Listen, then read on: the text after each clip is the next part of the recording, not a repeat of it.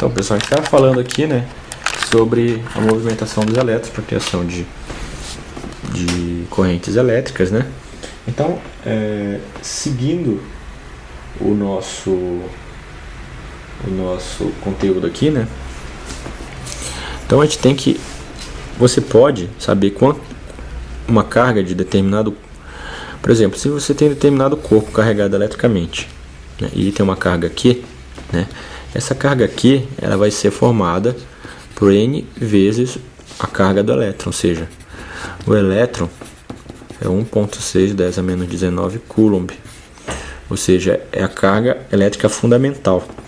Então aqui você sabe o número de elétrons que tem aqui. Então toda carga elétrica, 1 coulomb, 3 coulombs, 5 coulombs, é sempre dada, é um número, é a carga do elétron vezes um certo número, né? Então se você quer saber quanto que é 5 coulomb, quantos elétrons é, então é só você dividir isso aqui por, colocar aqui, ó, 1 10 a menos 19, tá? Então a gente falou que você tem um condutor aqui, né? E uma certa determinada quantidade de elétrons está passando, tá, pelo condutor, né? Então a gente diz que a corrente elétrica é a carga sobre o tempo, né? A quantidade de carga que passa por um determinado ponto pelo tempo, tá? Então, e dá para você saber quanto que é corrente elétrica. Se você saber quantos, se quer saber quantos elétrons passaram, é só multiplicar essa carga, substituir essa carga por isso, tá? Então você tem as duas formas de corrente elétrica. Ou seja, corrente elétrica é cargas em movimento, quantidade de cargas que passam, que se movimentam num instante de tempo, tá? Ou seja, se você tem uma corrente elétrica e quer saber qual vai ser a carga que passou, que fluiu, né? É só você multiplicar a corrente pelo tempo, tá? Aí você tem a corrente elétrica, tá? Do corpo, né? Beleza? Obviamente, é o seguinte, existe um professor meu que falava o seguinte, peraí, não existe almoço grátis, ou seja, there is no free lunch, né? Então, para essa movimentação, claro que não vai ser simples, né? Você acha que eles vão deixar, que os átomos vão deixar isso aqui passar batido? Não. Veja o seguinte, você tem os átomos dos condutores aqui, né? Maiores aqui. E quando você houver passagem desses elétrons aqui, eles vão se chocar com os átomos e vão bater, né? Começar a bater. É igual você vai comprar o presente da sua mãe ou da sua namorada no dia dos namorados, ou da mãe no dia das mães no shopping. Tenta andar lá naquele lugar, no shopping lotado, na capital. É uma merda, é cheio de gente. Então a velocidade com que você anda lá no shopping num dia de semana é muito maior do que numa véspera de feriado, né, dia das mães, porque vai estar gente pra cacete, você tem que ficar desviando. Então isso aqui é a mesma coisa que os elétrons sofrem, né? Os elétrons vivem no eterno dia das mães, né? No eterno dia dos namorados, no eterno Natal. Eles tentam passar, eles tentam andar no meio do condutor, mas não, eles se esbarram, né, naquela galera assim, nos átomos. E veja o seguinte, os elétrons, eles ganham energia, né? Porque eles estão com potencial elétrico, né? Então só que essa energia vai sendo gasta no caminho por causa dos choques, né? Você vai passando essa energia para os átomos, né, do condutor. Então é uma transferência de energia, eles vão passando e vão esbarrando, né? É igual você, se você saísse correndo e fosse esbarrando, você vai começar a ficar cansado. Boa parte da sua energia vai ser perdida nos choques, né? Então essa energia se transforma geralmente em calor, né? Calor. E esse fenômeno de transformação de energia de calor num condutor onde passa uma corrente se chama efeito Joule. Não tem como escapar dele. O efeito Joule é a transformação de energia elétrica em energia térmica quando passa devido a uma corrente elétrica, tá? Então veja bem, isso é o efeito Joule.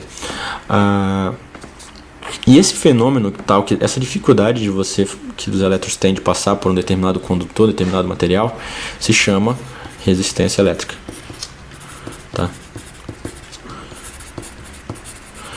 E os materiais que têm resistência elétrica são chamados resistores. Não, brincadeira, resistores, tá? Então, os resistores são materiais que apresentam uma determinada dificuldade à passagem dos elétrons. Na verdade, todo material tem uma resistência elétrica, tá? Só que os condutores, para os condutores, a resistência é baixa, né? Resistência baixa. Mas tem. Para os isolantes, a resistência é alta, muito alta. Alta pra caralho. Tá? Só responder esse cara aqui.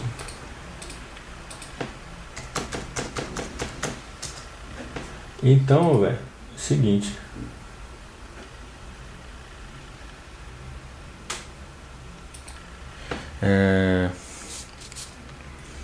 Puta, desconcentrou o que eu tava falando. Ah, sim. Então, essa é a resistência elétrica. Então, todos os elementos têm uma resistência elétrica, tá? Não vai dizer que não existe. Então, veja o seguinte. A resistência elétrica, ela é medida em ohms, tá? E a corrente elétrica é medida em ampere, tá? Ampere. Nossa. Essa resistência elétrica, tá? Ela depende de algumas características do condutor, né? Imagina, vamos pegar um exemplo mais simples só para visualizar, né? Um condutor cilíndrico. Ele tem um comprimento, ele tem uma área de seção transversal, não precisa ser redondo, tá? Pode ser qualquer formato. Ou seja, é a área onde que a corrente vai entrar de cara. E ele tem uma característica, uma resistividade, que é típica do material. Isso aqui é uma letra chamada Rho, tá? Uma letra grega. Ela é uma característica típica do material, ou seja, cada material tem a sua. Ou seja, uma resistência natural, é uma medida natural da resistência que ele tem, tá? E a gente calcula que para determinado material você tem a fórmula da rola, né? Todo professor de cursinho fala, de professor de colégio. Ou seja, a resistência é igual a rola, né? Rho L sobre A, tá? Não vai pensar besteira.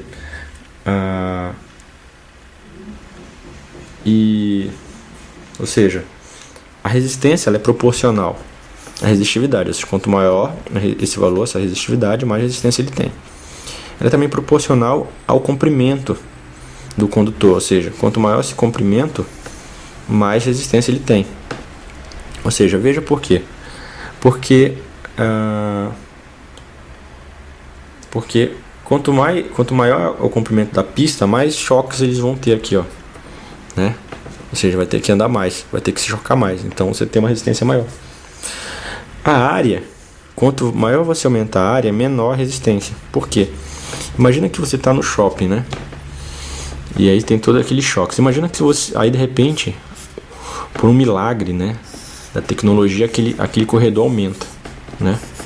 Então aqueles átomos vão estar mais espaçados, ou seja, os espaços vão ser maiores para você passar. Então a resistência vai diminuir, ou seja, mais átomos, os átomos vão ficar mais longe uns dos outros, então os choques entre os elétrons vai diminuir. Então você vê que materiais condutores mais grossos a resistência é menor, né? Mais finos, né? A resistência é maior. Se você deixar mais comprido, a resistência é maior. E esse Rho aqui, por exemplo, por que tem esse Rho? Cada material é assim que o tamanho dos átomos que tem interior de cada condutor varia de tamanho, né? Quanto maior o número de átomos, maior o tamanho do átomo, maior a tendência de ser resistente. Quanto menor, ao contrário, né? Então você tem isso na resistividade. Tá bom? Agora, existe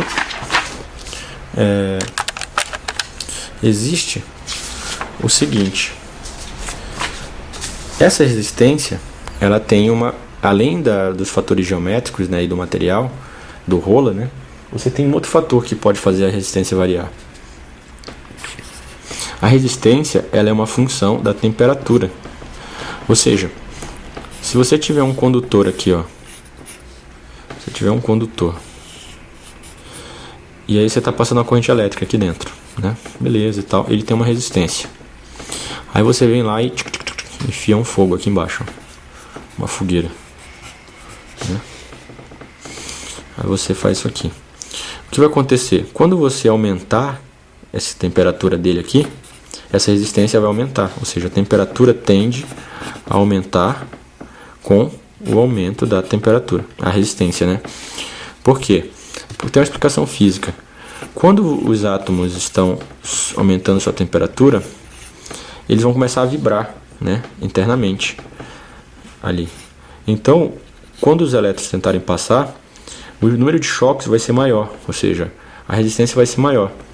Agora imagina que você está lá no shopping, né, e alguém começa a tocar uma música lá e todo mundo fica louco assim na baladinha lá dentro do shopping, né, lá comprando as coisas nos corredores e ficam dançando.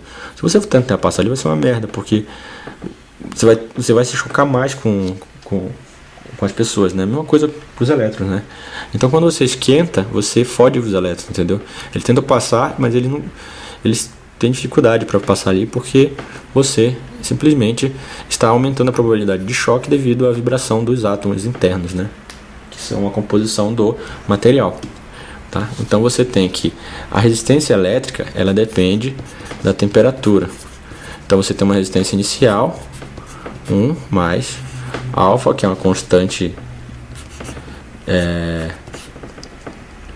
uma constante aqui, né, que relaciona o aumento da resistência elétrica com a temperatura, ou seja, seria uma unidade tipo ohm por grau Celsius, ou ohm por Kelvin, ou ohm por Fahrenheit, né? Então você tem esse aumento. Então você pode calcular o aumento, tá? Não é a resistência final, o aumento da seguinte maneira. Ou seja, se perguntar de quanto foi o aumento, você pode usar essa fórmula aqui, ó. O aumento é proporcional à resistência vezes a constante vezes a variação de temperatura. Na verdade, essa fórmula de cima surgiu o seguinte: se você tem uma resistência inicial de R0, essa resistência aqui final que vai acontecer quando você aumenta a temperatura é a mesma coisa que somar o ΔR. Então, você tem que a resistência vai ser, tá? E isso você pode deixar isso aqui assim. Opa, alfa ΔT.